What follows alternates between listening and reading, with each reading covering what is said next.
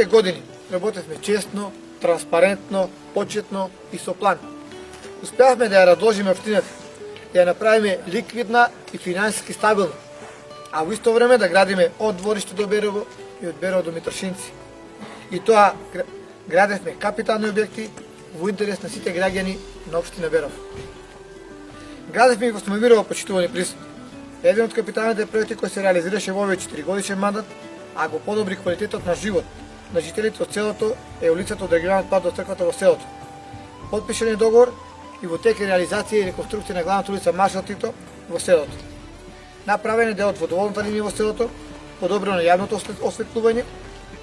Реконструкцијата на дел од регионалниот пат Берово Виница и Берово Делчево го подобри квалитетот и секако патната инфраструктура кои се придобивка за жителите на село Смојмирово.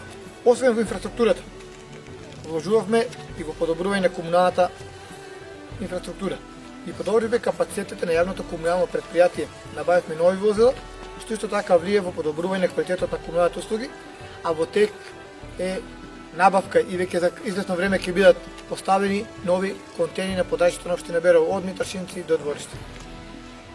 Исто така поставени се фотоволтаици на пречистителната станица за отпадни води, затоа што зелената агенда е наш приоритет, а ги намалуваме и трошоците за одржување на истата. И поддржувавме старите изнемоштени лица преку проектот за социјални услуги. Поведовме поддршка од 3000 денари за секој првач, 3000 денари за секој гимназијалец во прва година, 5000 денари за секој новородено дете, а со тенденција во наредниот 4-годишен мандат истите да ги зголемуваме пропорционално. Берово, а со него и Смојмирово, е друга општина за само 4 години.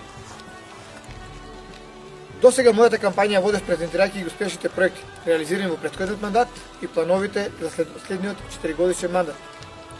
Денес дозволете ми само на кратко да се осврнам на кампањата на мојот против кандидат од редовите на ВМРО ДПМН, затоа што таа во својата програма во најголем дел ветува тоа што или веќе е направено или е невозможно да се направи.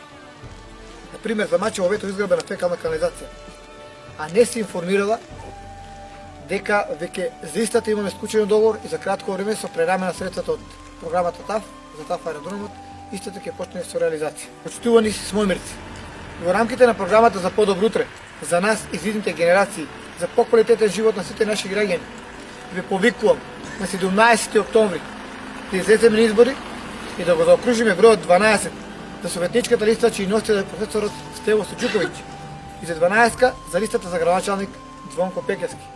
Да го избереме најдоброто за Смојмирово, најдоброто за Берово. Да продолжиме со развојот и напредокот на општина Берово. Да сте ми живи и здрави, да ни е вечно Смојмирово, да ни е вечно Берово.